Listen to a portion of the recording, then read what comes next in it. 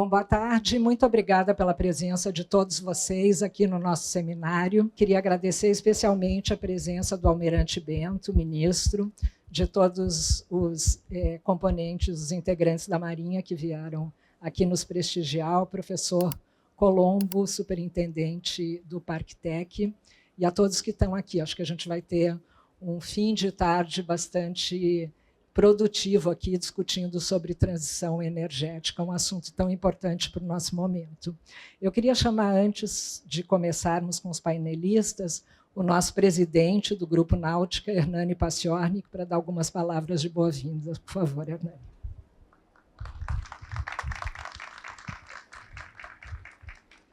Muito obrigado a todos, todas que estão aqui presentes. Acho que esse é um momento muito importante, é uma virada, né, que a gente está imbuído em fazer, uma coisa bastante maior do que eu imaginei estar fazendo, mas eu estou fazendo. Então, é uma enorme satisfação dar boas-vindas a cada um de vocês. Representantes da indústria, especialistas, autoridades, pesquisadores, parceiros, investidores, com suas trajetórias e conhecimentos, tornam esse encontro ainda mais relevante.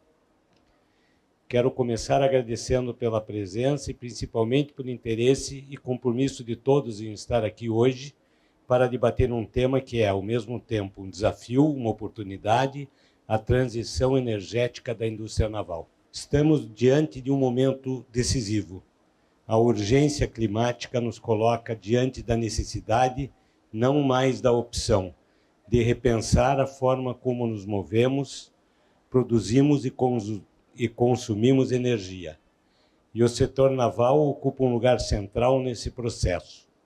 Trata-se de uma indústria estratégica que conecta mercados, culturas, lazer, cadeias produtivas, mas que também carrega uma importante responsabilidade ambiental. Avançar na descarbonização do transporte marítimo e fluvial não é apenas uma meta técnica ou regulatória, é uma contribuição essencial para a construção de um futuro sustentável, inovador e competitivo. E nós sabemos que esse avanço só será possível se for construído de forma coletiva, envolvendo governo, setor privado, cientistas, investidores, startups e universidades. Todos aqui presentes têm um papel fundamental neste caminho. Por isso, esse evento é mais do que uma oportunidade de troca de experiências. É um espaço para fomentar alianças, compartilhar soluções, ouvir diferentes perspectivas e, quem sabe, inspirar novas parcerias que acelerem a transformação que buscamos. Agradeço novamente a cada um de vocês por aceitar esse convite para pensar juntos o futuro da energia e da indústria náutica e naval. Tenha certeza que com esse grupo reunido teremos discussões produtivas e, mais importantes, ações concretas que possam sair daqui. Eu agradeço a presença de todos, peço um pouco de desculpas do meu nervosismo, eu não estou acostumado a ler, eu geralmente falo de improviso, fico mais solto, mas eu acho que esse momento é muito importante, eu acho que é a empreitada maior, eu sei de Curitiba, a 1.000 metros de altura, para fazer uma revista de vela, de mar e de vela. Então, chegar hoje e falar da transição energética, para mim, é meu maior pulo. E sei que a gente está na frente, globalmente, com essa ideia de todo mundo. Outro dia, saiu uma matéria na internet, há 3 dias atrás, que o Bill Gates está vendendo o barco dele, que é recém-entregue, de 670 milhões de dólares, que ele não quis mais o barco, que é movido um pedaço dele a hidrogênio. É um projeto bem menor do que o nosso, e é de 680 milhões, e é do Bill Gates, nada mais, nada menos que ele. Então, eu acho que a gente está no caminho certo, a gente está num rumo certo, acho que a parceria que a gente fez, a gente descobriu Itaipu, que há 10 anos, né, ela já é uma energia limpa, já está falando de água, energia hidráulica, e descobri que Itaipu tinha 10 anos um eletrolisador.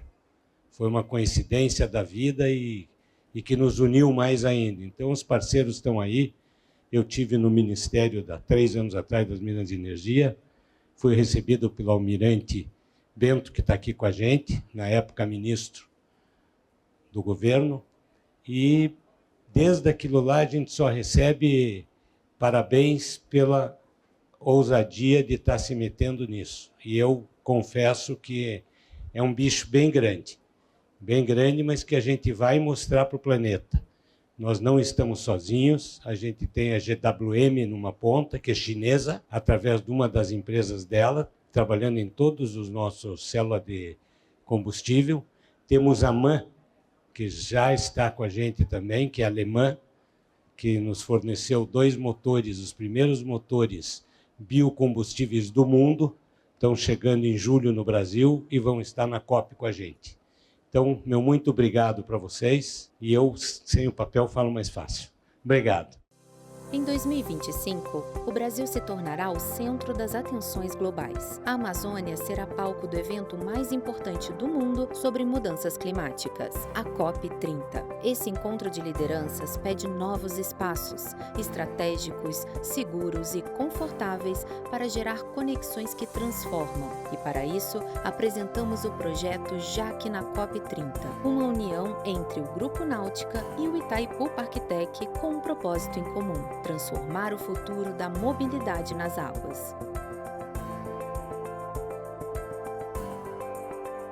A embarcação estará atracada em uma ilha flutuante sobre o rio Guamá, no mesmo complexo em que estará a ilha flutuante Casa do Brasil, do governo federal. Ela será o coração pulsante da inovação na COP30, com uma ilha flutuante de 300 metros quadrados, espaços imersivos e receptivos. Um auditório com 50 lugares para eventos exclusivos, jantares assinados pelo renomado chefe Alex Atala, painéis com os maiores nomes do clima, da ciência e da economia. Tudo em um só lugar. A sua marca pode ter visibilidade global com ativações de alto impacto, associado a um projeto que representa o amanhã. Desenvolvimento econômico e social, com energia limpa navegando rumo ao futuro. Seja você também protagonista da inovação. Traga sua marca para navegar com a gente na COP30. Consulte como participar aqui. Aproveitar para agradecer a equipe toda da Itaipu Parktec pela parceria aqui na organização desse seminário. Agora eu vou chamar para o painel Mobilidade Náutica Sustentável, Hidrogênio e o Caminho para a Descarbonização, o senhor Paulo Rezende, da FINEP. Por favor, podem vir ao palco. O senhor Gabriel Lacerre, superintendente da ABH2, o Sami Morshovich, analista da ABDI, o Tiago Sugahara, o gerente da GWM, o Vitor Espírito Santo Silva, da EP, o Fábio Cavalcante, da Embrapi, e o nosso moderador, o Daniel Cantene, gerente de hidrogênio do Itaipu Parktec. Te dou o microfone.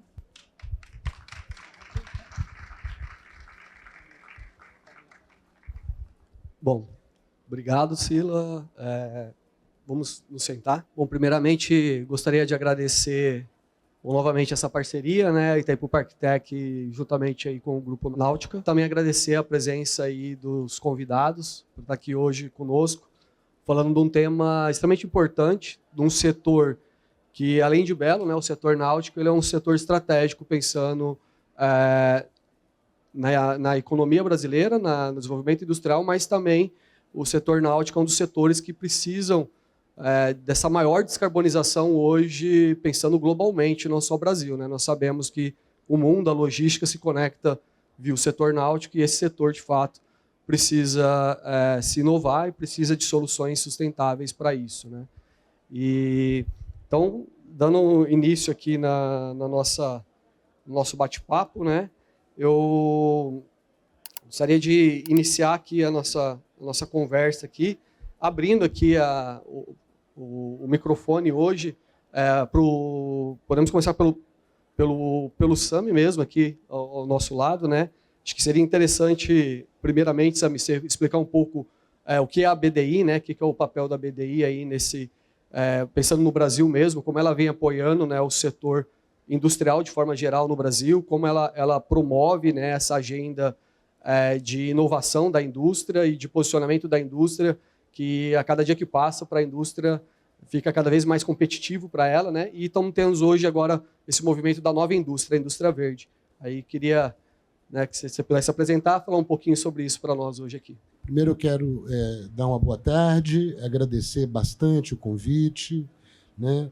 Semana passada eu também tive numa feira industrial muito interessante, que foi a Automec, também mostrando a pujança, né, de uma parte, um setor importante da indústria nacional, e agora aqui com vocês. A BDI ela é uma agência pequena, ligada ao Ministério do Desenvolvimento, Indústria, Comércio e Serviços. Ela foi criada em 2004 pela Lei 11.080 de 2004, né?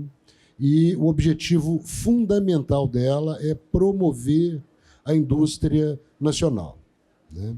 E quando eu falo indústria, é toda a indústria nacional.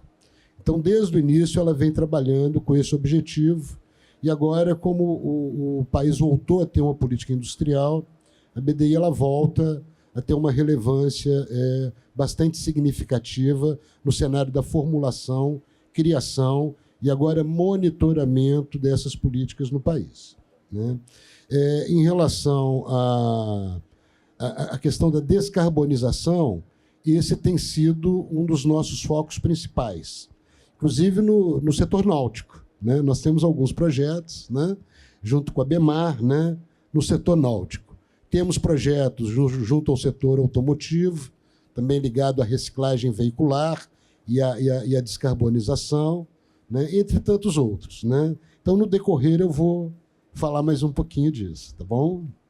Tá bom, muito obrigado, Sami, aí, pela essa introdução, né, e essa explicação. Aproveitando, passo a palavra também para o Thiago, né, para falar um pouco também sobre o papel da GWM nessa agenda global, né, iniciando com a eletrificação, né, da mobilidade, e como ela vem fazendo isso hoje no Brasil, né, como que ela também, como está a China nessa temática, principalmente de descarbonização, né, e como pretende a GWM conectar tudo isso aqui no Brasil, né? Boa tarde, pessoal. Obrigado, Daniel. Obrigado ao Grupo Náutica pelo convite. Uma oportunidade muito importante para o Grupo GWM aqui se apresentar. A GWM é a maior montadora de capital privado da China, que inicia as operações aqui no Brasil em 2023, com a comercialização de veículos híbridos plug-ins e veículos 100% elétricos. Mas antes de iniciar nossa operação em 2023, nós adquirimos uma fábrica no interior de São Paulo, na cidade de Iracemápolis, que foi fechada pela Mercedes-Benz e que agora, já nos próximos meses, a gente vai reabrir essa fábrica para produzir o Haval, que é o nosso veículo híbrido, com versões híbridas plug-ins. A GWM ela tem um compromisso global. Até 2045, a gente precisa zerar as emissões de carbono. E eu costumo brincar que a gente não pode esperar 2044 para começar essa agenda. Portanto, essa agenda já começou e ela começa muito na agenda da eletrificação da mobilidade. Ou seja, é como a gente fazer essa transição com diferentes rotas tecnológicas para que a gente possa substituir gradualmente o combustível fóssil por fontes renováveis e principalmente aproveitando a eficiência do motor elétrico. E a GWM tem trabalhado muito forte, não só para introduzir a agenda da eletrificação, de tal forma que a gente percebe, inclusive, no Brasil, uma mudança de números, né? Eu estava conversando com alguns colegas aqui, para vocês terem uma ideia. Em 2020, o Brasil ele emplacava pouco menos de 20 mil veículos eletrificados ao ano. Isso representava 1% do market share brasileiro.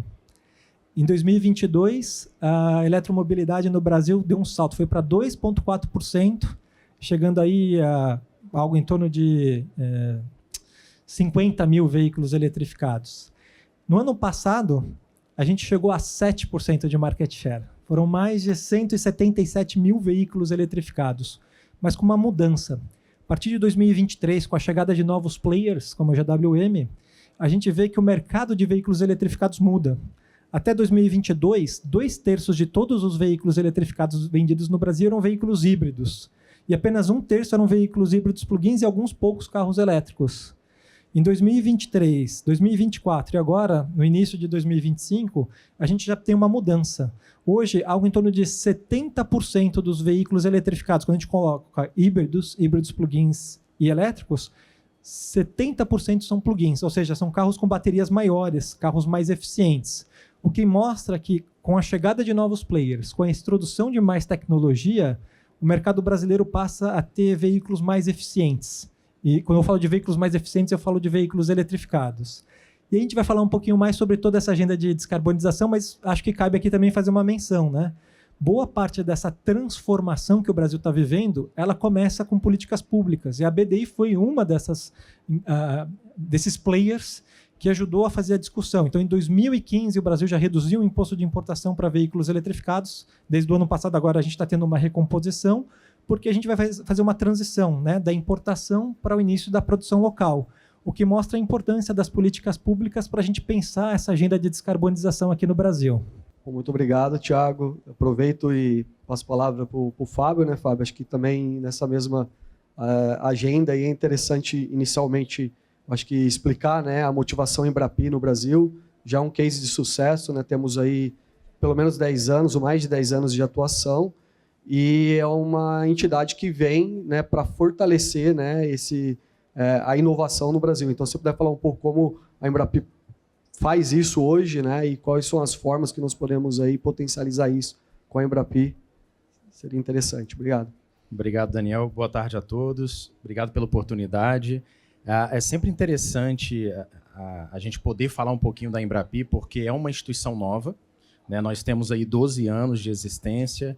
12 anos não é pouco, mas quando se pensa em todo o Sistema Nacional de Ciência e Tecnologia, é pouco tempo. E somos uma instituição de fomento, né? A Embrapi é a empresa brasileira de pesquisa e inovação industrial.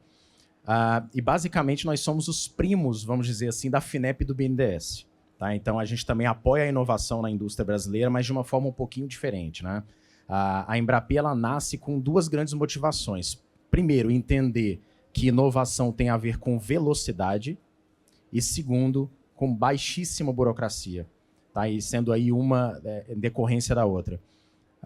Então, o primeiro pilar da Embrapi é não ter edital. Então, basicamente, quando uma empresa tem um desafio tecnológico que ela precisa de uma instituição que tenha competência para desenvolver aquilo para ela, para apoiar ela naquela jornada de inovação, ela pode contar com um dos nossos centros de pesquisa, que hoje são 93 no Brasil credenciados, vários deles aqui no estado do Rio de Janeiro.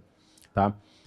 E aí, basicamente, a empresa tem um desafio tecnológico, ela entra em contato com uma dessas instituições, começa a negociar o projeto, e aí a Embrapi entra compartilhando o risco com a empresa com recursos não reembolsáveis.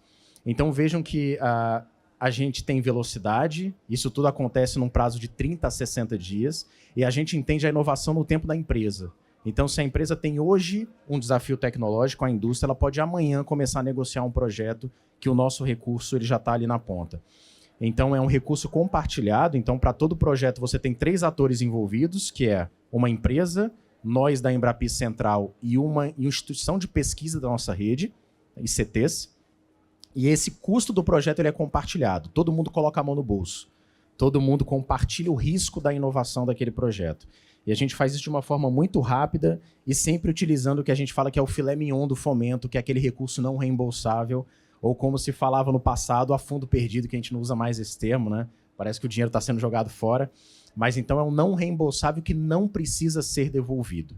A gente, de fato, chega junto com a empresa, compartilha o risco se desenvolver uma nova tecnologia, um novo serviço, um processo inovador, e faz isso sem pedir nada em troca. Ou seja, a Embrapi não faz isso porque ela é boazinha, mas sim porque a gente capta recursos do orçamento federal, de diversos ministérios, para que a gente possa apoiar a indústria de uma forma super ágil, com velocidade e com baixíssima burocracia.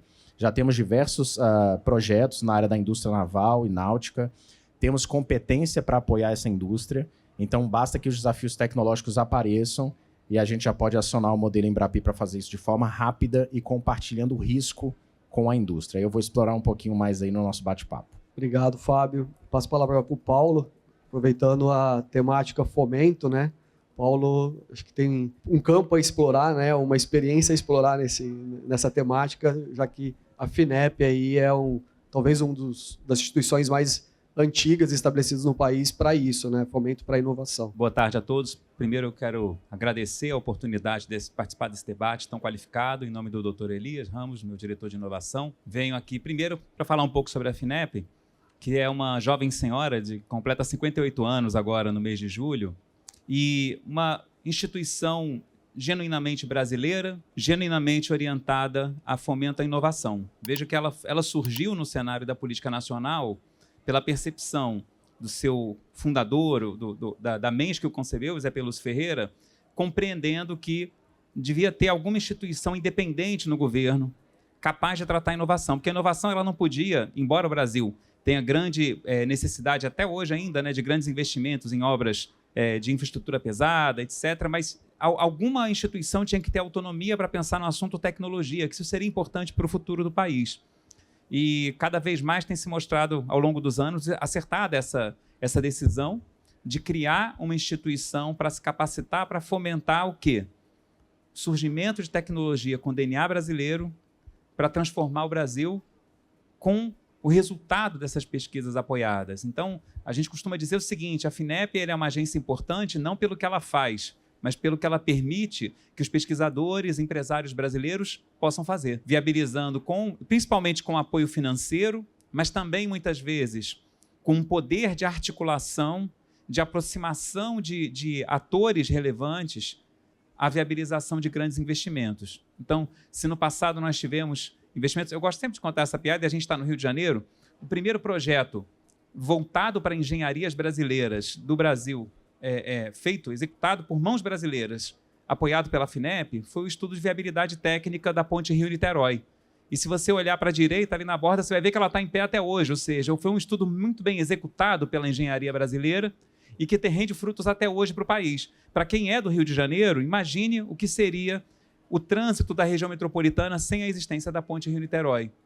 E a gente, às vezes, tem dificuldade de entender o impacto das coisas, mas quando você fala sobre veículos aéreos da Embraer, tecnologias relacionadas à defesa nacional apoiadas nas Forças Armadas, quando você pensa em vacinas desenvolvidas por instituições brasileiras, e esses projetos, você investigando, encontra um carimbo da FINEP, você entende como a instituição ela precisa desse lugar de simplicidade, de escuta, de capacidade de diálogo com empresários e pesquisadores para viabilizar grandes investimentos, para viabilizar um país cada vez maior, mais soberano. E, recentemente, para terminar essa fala, uma obsessão que nós temos na FINEP é a conquista de uma base industrial nacional forte, capaz de ter autonomia tecnológica. E isso inspirado pelo Nova Indústria Brasil, que é a grande política tecnológica do atual governo federal. Nós estamos buscando na cadeia do hidrogênio, na cadeia dos biocombustíveis, na cadeia das energias solar e eólica, na cadeia do petróleo e gás, a conquista e manutenção de uma liderança tecnológica que dê orgulho ao Brasil frente ao mundo, que nós sejamos capazes de gerar tecnologia e gerar riqueza e benefícios para a sociedade por meio disso. Obrigado, Paulo. Agora peço para o Gabriel, né, fazer uma breve introdução da BH2 e aproveito já para também o Gabriel falar um pouco quais são os potenciais, né, as oportunidades do Brasil, rotas tecnológicas e também esse potencial ali, às vezes não tão explorado, para a produção de hidrogênio. Legal, obrigado, Cantani, é um prazer estar aqui, muito obrigado pelo convite, Itaipu Parktec, Jaque, Grupo Náutica. Eu acho que vocês tiveram um excelente resultado na composição dessa sessão, e aí, com a devida vênia, porque é uma sessão sobre hidrogênio, mas ela tem muito a cara do Brasil, né? Ela é uma sessão que tem poder público, tem associações setoriais, tem off-taker, e está todo mundo discutindo, pelo que eu percebi aqui, em uníssono, pensando no desenvolvimento tecnológico, pensando no potencial brasileiro e no diferencial brasileiro, que eu acho que talvez seja mais importante. Algumas palavras sobre a BH2. Primeiro, a BH2 ela é a Associação Brasileira do Hidrogênio. Ela foi fundada em 2017, talvez ela seja a mais nova daqui, mas é porque o hidrogênio, antes disso, no Brasil, pelo menos, ainda era um assunto muito acadêmico, né? Assim, produzir e consumir hidrogênio, o mundo já faz em muito grande quantidade. Mas produzir hidrogênio de baixa emissão de carbono, que é o que a gente está falando aqui, que é um novo tema, né? Então, em 2017, a BH2 foi fundada. Até 2021, ela ainda era tinha uma vertente mais acadêmica. Só que a partir de 2021, a gente percebeu um boom, e aí principalmente no Brasil, e aí o boom no bom sentido, quando a gente fala de hidrogênio, para o hidrogênio de baixa emissão com uso industrial. Então, a BH2 ela passou de 3 associados institucionais para mais de 100 hoje em dia. Mostra como que o setor cresceu, como que a associação cresceu nesses últimos anos, né? E a BH2 ela tem 3 funções principais, 3 chapéus principais. Um que é de associação setorial, que é levar a opinião dos seus associados para o poder público, e a gente fez um trabalho muito importante na criação do arcabouço legal para o hidrogênio. A gente traz a opinião dos nossos associados, traz as discussões para os nossos associados e traz de volta isso para o poder público, que culminou com essas leis do hidrogênio, né? O segundo, que é um chapéu mais de divulgação de informações, então a gente gosta sempre de trazer informações com muito embasamento técnico sobre hidrogênio. Então a gente sempre diz que o que sai da BH2 sai com muita primazia. Vocês podem ter certeza que vai sair com muita primazia. E a terceira, que é um chapéu de criação de conhecimento. Então a BH2 está, nesse momento, atuando em um projeto junto com o governo britânico, um projeto do UK Pact, para desenvolvimento de diversos estudos para o setor do hidrogênio, que vão perdurar para os próximos 2 anos. E por que a BH2 trabalha tanto sobre hidrogênio, né, que é um tema tão específico? E aí pelo potencial que o Brasil tem em ser um player diferenciado tanto na produção quanto no consumo de hidrogênio. Então, o Brasil não é só um produtor de hidrogênio, o Brasil não é só um consumidor de hidrogênio, ele é os dois. E poucos países no mundo têm a capacidade de fazer isso como o Brasil faz. Então, na parte de produção de hidrogênio, isso é muito por conta de todas as fontes que existem para se produzir hidrogênio no Brasil. Temos as renováveis, solar, eólica, em alguma medida geotérmica, mas energia hidráulica também. Todos os biocombustíveis que são extremamente importantes e que, se não fosse pela BH2, eles não estariam no marco regulatório do hidrogênio para produzir hidrogênio de baixa emissão. Temos o setor do óleo e gás para produzir com captura de carbono e ainda temos hidrogênio natural. Então, pensando nisso tudo, a BH2 ela não olha para a cores do hidrogênio, mas ela olha para o hidrogênio de baixa emissão. Quanto menor essa emissão, melhor o hidrogênio produzido. E aí, para a parte do consumo de hidrogênio, eu acho que a gente vai conversar bastante nessa sessão, porque o setor náutico, e aí, principalmente os setores de difícil abatimento, são um dos principais off-takers para fechar esse ciclo de produção e consumo de hidrogênio. Obrigado, Gabriel. Aproveito e passo a palavra para o Vitor, né? O Vitor pode falar um pouquinho o que é a EPE também, para quem não conhece, e aproveitando também a fala, falar um pouco sobre a perspectiva para a inserção, então, desses combustíveis sintéticos aí, que usam o hidrogênio como de forma direta ou indireta, né, para esse setor náutico marítimo aí, que é um setor que vai demandar muito disso. Obrigado, Daniel. Boa tarde a todos. É um prazer estar aqui com vocês nesse debate tão rico, né? E a EPE é a Empresa de Pesquisa Energética, ela é uma empresa pública federal, também criada em 2004, né? Nós fizemos 20 anos no ano passado, somos uma empresa jovem, mas muito capacitada, formada por pessoas com mestrado, doutorados, PhDs, um corpo técnico muito robusto, e nós temos 3 diretorias técnicas. A que eu faço parte, a diretoria de petróleo e derivados, gás natural e biocombustíveis. Nós temos a diretoria de estudos energéticos, econômicos, energéticos e ambientais, e temos a diretoria elétrica. Eu, particularmente, né, na diretoria de petróleo e gás, na área de abastecimento e biocombustíveis, a gente tem mergulhado muito nesse tema, que é a descarbonização.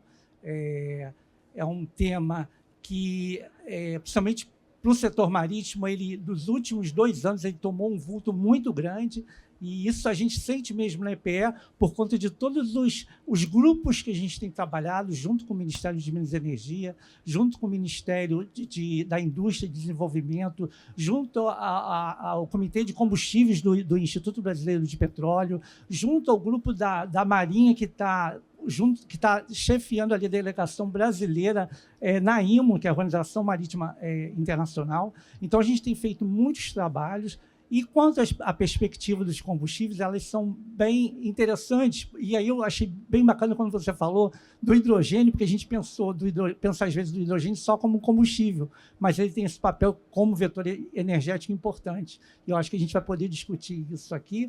E não só do hidrogênio, mas principalmente, como brasileiro que nós somos, fortalecer o papel dos biocombustíveis na matriz energética de transporte, né?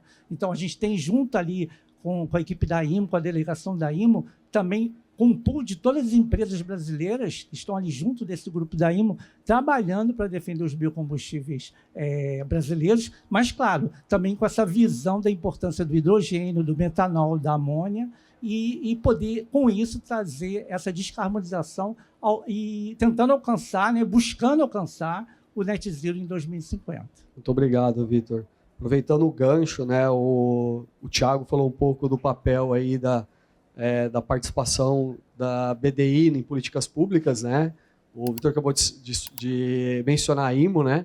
Aí eu volto aqui o microfone aqui para o Sandy e pergunto se tem alguma iniciativa hoje importante pensando nesse framework da IMO e como é uma organização marítima internacional, né, para esse novo setor náutico brasileiro, ou seja, esse setor aí que vai absorver esses novos combustíveis, né, de baixa emissão. Existe, né, por exemplo, no Ministério do Desenvolvimento, Indústria, Comércio e Serviços, existe um grupo dedicado à discussão do setor náutico, né, e de políticas públicas para o desenvolvimento da indústria náutica no país. Então, é um grupo onde tem assento, além de outros ministérios e entes públicos, né? Não sei se a FINEP, certamente, né? Todo mundo está presente nesse tipo de discussão, BNDES, né? Ele procura ver onde é que estão os gargalos para o desenvolvimento industrial e tentar contorná-los criando políticas para isso. E aí o que tem norteado isso tem sido, como bem você falou, a descarbonização. Essa é uma discussão muito importante, né?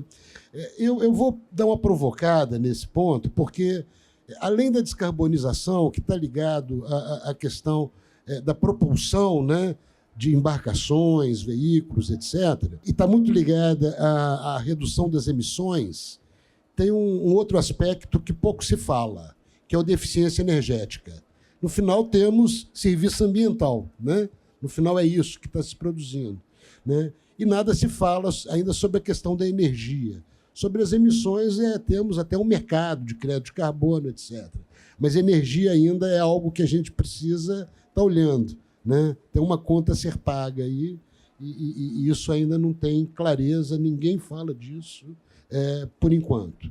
Outro aspecto que nos é bastante precioso é o adensamento da cadeia produtiva. Quer dizer, a gente fala na descarbonização, na utilização de combustíveis de baixo carbono, etc., mas na hora que chega na embarcação, tem toda uma cadeia produtiva atrás que nem sempre ela é descarbonizada, né? Então, a gente também tem que ter muita atenção a isso. E isso, hoje, já é um objeto de discussão forte, né? Que é o GHG Protocol. Quer dizer, para vocês terem ideia, as empresas de capital aberto, elas já têm que publicar o balanço de emissões. Isso já é algum avanço, né? É uma informação adicional, né?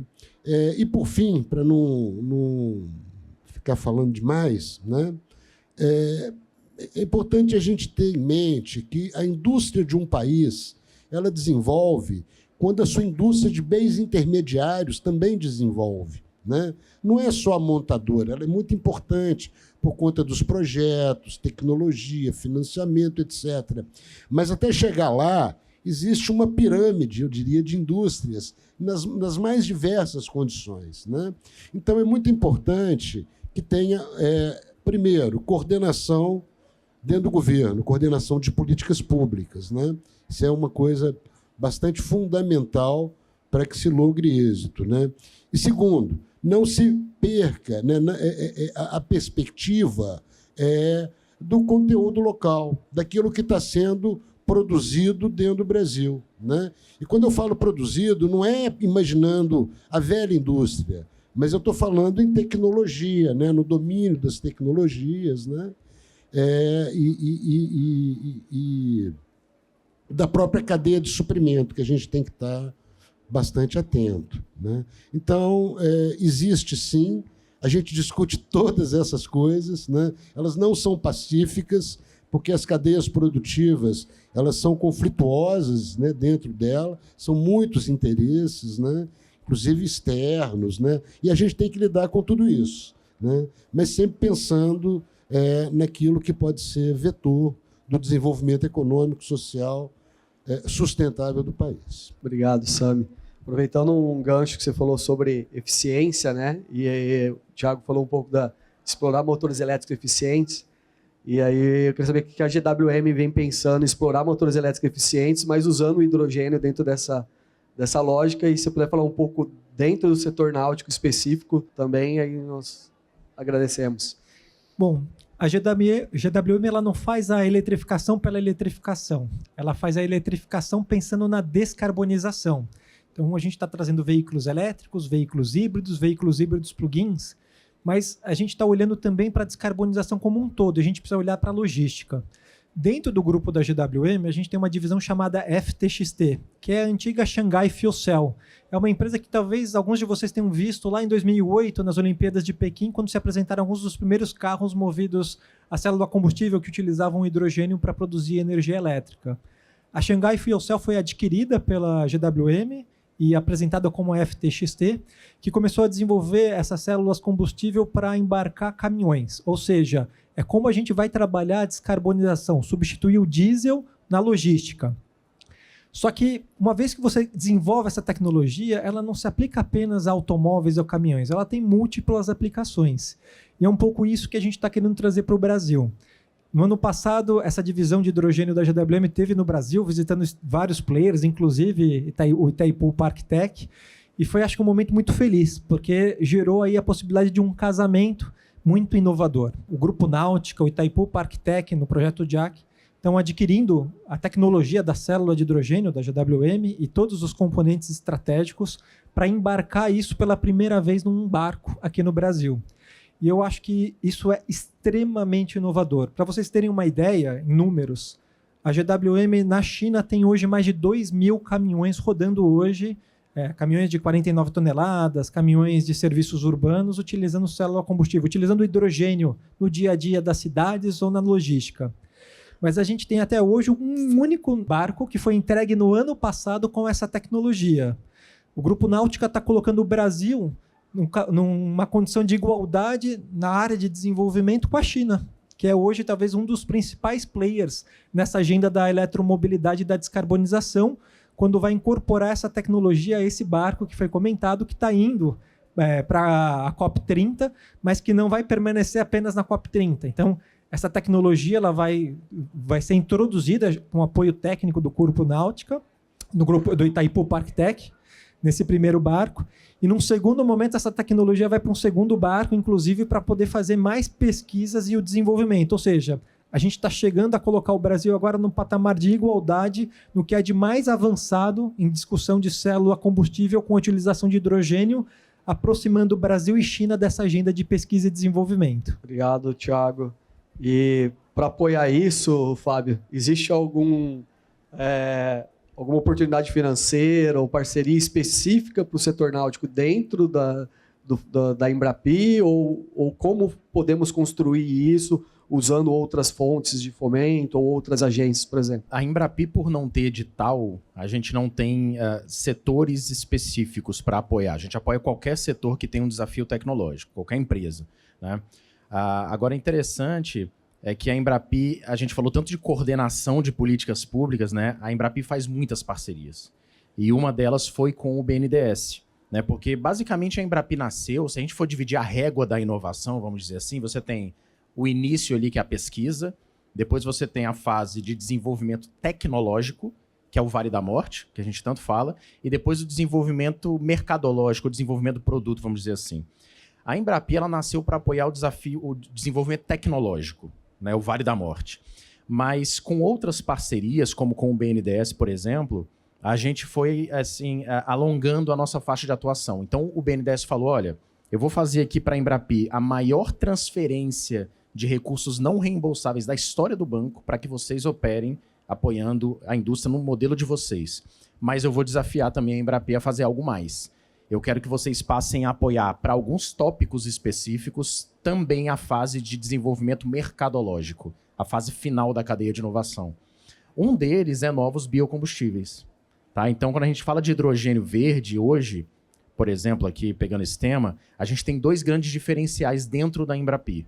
O primeiro é que a gente apoia desde o início do desenvolvimento tecnológico até a entrada no mercado. Então, a gente alongou a nossa faixa de atuação para novos biocombustíveis, incluindo hidrogênio verde. E o segundo é que, em média, num projeto da Embrapi, a gente coloca 1/3 do valor do projeto em recursos não reembolsáveis, né? Quando é projetos de novos biocombustíveis, incluindo hidrogênio verde, a gente sobe o nosso aporte não reembolsável para até 50%. Então, a empresa tem um compartilhamento maior de custo, a gente compartilha mais desse custo do projeto com a empresa, até 50%, e segura a mão da empresa no desenvolvimento de uma tecnologia até chegar no mercado. Tá? Então, essa é uma parceria com o BNDES muito interessante e que tem um olhar muito especial para o setor norte do país também, falando em COP, né, principalmente. Se uma empresa que não está no norte do Brasil fizer um projeto em parceria com uma empresa no norte, a gente também sobe o nosso aporte para 50%.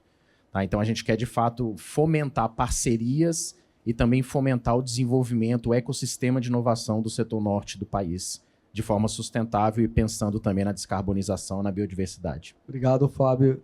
Paulo, nessa mesma agenda temática de projetos, né, envolvendo tanto a necessidade de desenvolvimento tecnológico, mais a indústria acoplada, você falou que existe alguns desenhos desse em áreas estratégicas ali dentro da FINEP. Aí eu queria que você falasse um pouco mais especificamente, né, tem energias renováveis, tem algum específico para o setor norte, algum específico dentro da área de hidrogênio. Como é que está isso hoje dentro da FINEP? Excelente pergunta. Do ponto de vista de crédito, sempre houve um incentivo, ou seja, todos os setores da economia relacionados, desde o desenvolvimento de novas tecnologias até a aplicação para finalidades industriais, para transportes, pode ser apoiado pela FINEP. E nós temos aí apoios recentes, como, por exemplo, a Cimento Apodi, que é do Ceará, que aplicou hidrogênio de baixa emissão no seu processo produtivo para reduzir as suas emissões, até projetos voltados especificamente para o desenvolvimento do uso do hidrogênio como combustível. E no que diz respeito à subvenção econômica, né, o recurso não reembolsável, nós temos operado com mais força desde de 2022 chamadas voltadas para o tema renováveis. E o hidrogênio tem tido um destaque grande. Se a gente fosse falar, por exemplo, sobre tecnologias de eletrolisadores, a gente tem empresas como VEG, empresas como a Clark Technologies, que são empresas de capital nacional, que estão captando recursos na FINEP para desenvolver tecnologias para um eletrolisador brasileiro, que é uma das questões-chave dentro da formação dessa indústria. Mas não só isso. Além do hidrogênio, a gente precisa pensar em toda uma cadeia relacionada à transição energética. Então, às vezes a gente vai falar do hidrogênio como produto final, mas ele também pode ser um intermediário para a geração de energia elétrica, para a geração de derivados como a amônia verde, que vai ser destinada fundamentalmente a transporte marítimo, no caso de combustível, mas também a agricultura tem um papel importantíssimo de aplicação. Então, a FINEP também pensa nesse fortalecimento da cadeia de aplicações industriais e tem estimulado e efetuado vários projetos que estão acessíveis no nosso site, pela página de transparência. A gente tem um compromisso com a transparência frente à sociedade, então você pode pegar todos os contratos assinados pela FINEP desde 2002, se eu não me engano, estão todos disponíveis no nosso site, e pensando em como essa indústria vai se fortalecer, porque uma questão que passa sempre pela nossa cabeça, Gabriel, a gente já teve no passado discussões sobre isso, ok, você tem pesquisa em hidrogênio fortalecida, mas você precisa ter uma indústria preparada para prover insumos para escalonamento dessas pesquisas, e você precisa ter um mercado consumidor forte também, que o Brasil não pode ser colocado na condição de mero fornecedor da molécula que viaja o mundo para trazer benefícios de descarbonização para outros países. Ele também tem que pensar em como essa molécula de hidrogênio, como veículos de grande porte movidos a hidrogênio, como indústrias funcionando a partir da aplicação de hidrogênio, podem trazer reflexos positivos para o país. Então, o nosso trabalho muitas vezes é até complicado, a gente tem que pensar não em uma operação de apoio, mas em 2, 3, 4, 5 diferentes. Às vezes um projeto muito estratégico tem que ser partido em várias etapas para que a gente possa dar o apoio certo para o momento certo daquela empresa, daquele instituto de pesquisa. Gabriel, como o setor náutico pode ser, então, esse mercado consumidor, né, que veio um pouco na fala do Paulo, dessa molécula, né, esse off-taker, e se esse mercado estiver pronto hoje, como estão as questões de regulamentação para explorar esse tipo de mercado, nacionalmente ou internacionalmente? Estamos já preparados, estamos caminhando nesse quesito? Legal, obrigado pela pergunta. Inclusive, eu estava pensando em comentar algo sobre isso, é bom que tem bastante a ver. O setor náutico ele é um dos setores de difícil abatimento que vai ser um dos principais consumidores de hidrogênio, porque ele é um setor que a simples eletrificação não é viável, ou por questões financeiras ou por questões tecnológicas. Então, ele precisa de um extensor de autonomia a bordo, que nesse caso é o hidrogênio, com baixa emissão de carbono, né? E aí, talvez um dos pontos principais para que esse mercado efetivamente aconteça seja que o hidrogênio efetivamente seja de baixa emissão para garantir a descarbonização. Só que você só garante que esse hidrogênio é de baixa emissão certificando. o hidrogênio. Então, existe uma discussão importante no mundo e que o Brasil tem participado com muito destaque, que é o reconhecimento mútuo dos esquemas de certificação para hidrogênio. Então, esse é o Sistema Brasileiro de Certificação do Hidrogênio, que vai fazer a certificação do Brasil.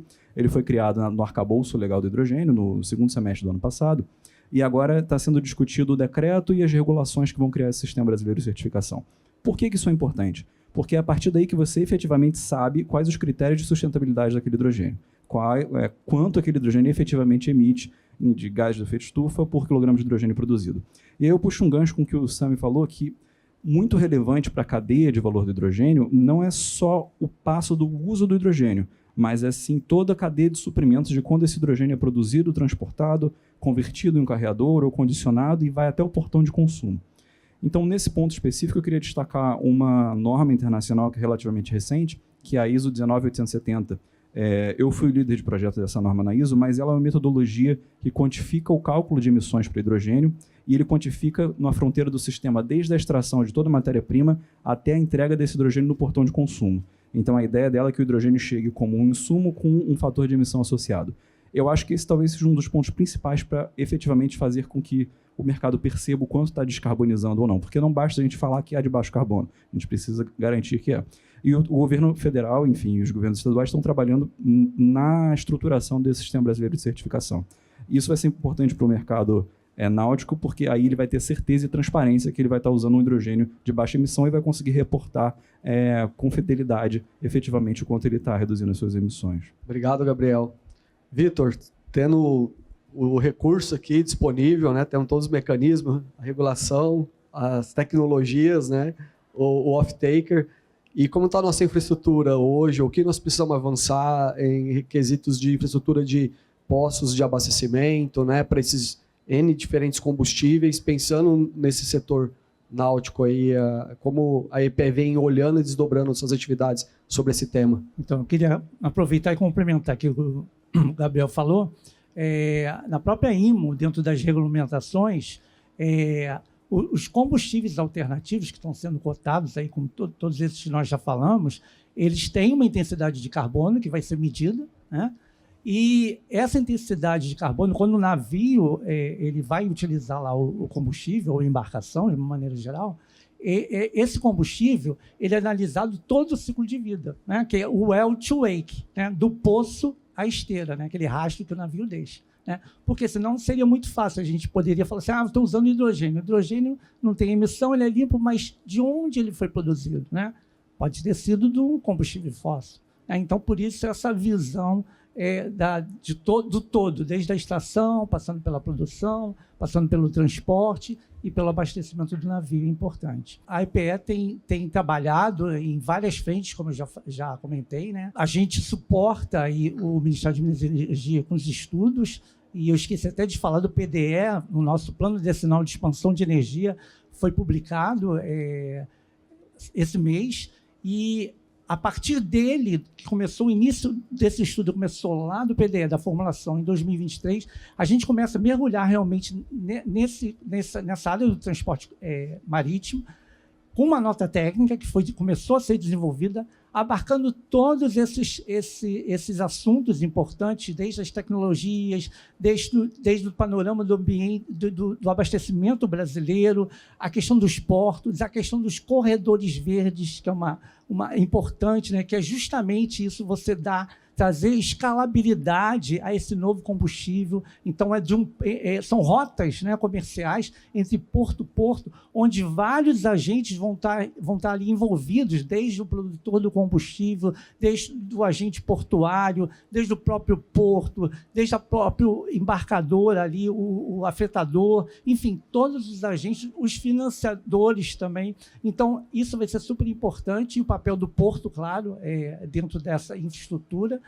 E evidentemente que dentro dos nossos estudos, a gente faz todos os levantamentos de projetos que estão sendo previstos, e aí, claro, projetos públicos, privados, a gente chama todos os parceiros, todos os agentes, para que a gente possa ouvir e possa colocar ali dentro das nossas projeções, que é um plano decenal de expansão de energia, que é um plano de médio e longo prazo, a gente olha no horizonte de 10 anos do que vai acontecer no Brasil em 2034, que foi o PDE que a gente fez, né? A gente já está trabalhando no PDE 2035, e é interessante a gente falar, porque ele é dinâmico, né? Não é estático, porque a gente está exposto a qualquer problema, qualquer situação, e muda muito, é muito dinâmico.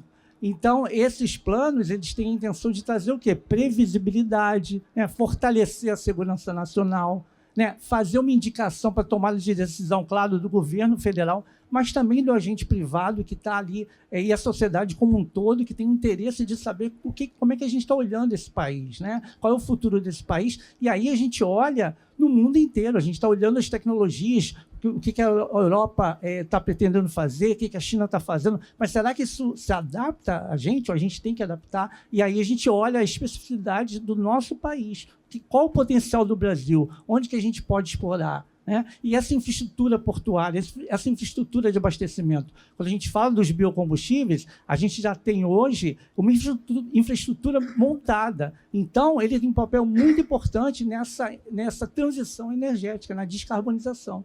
Agora, quando a gente fala do hidrogênio, do metanol, né, da amônia, tudo isso vai ter que ser construído. E a partir de quê? De políticas públicas, de trazer os entes privados. Como o Samir falou, a gente está lá também no GT do MDIC Naval, né? Trazer toda... Como é que a gente vai fazer com que a cadeia produtiva dos eletrolisadores, né? dos portos, enfim, tem várias coisas que a gente precisa fazer e que o governo tem feito junto com os agentes privados. Bom, gostaria de agradecer mais uma vez a presença de todos, né? Agradecer também a presença da plateia e...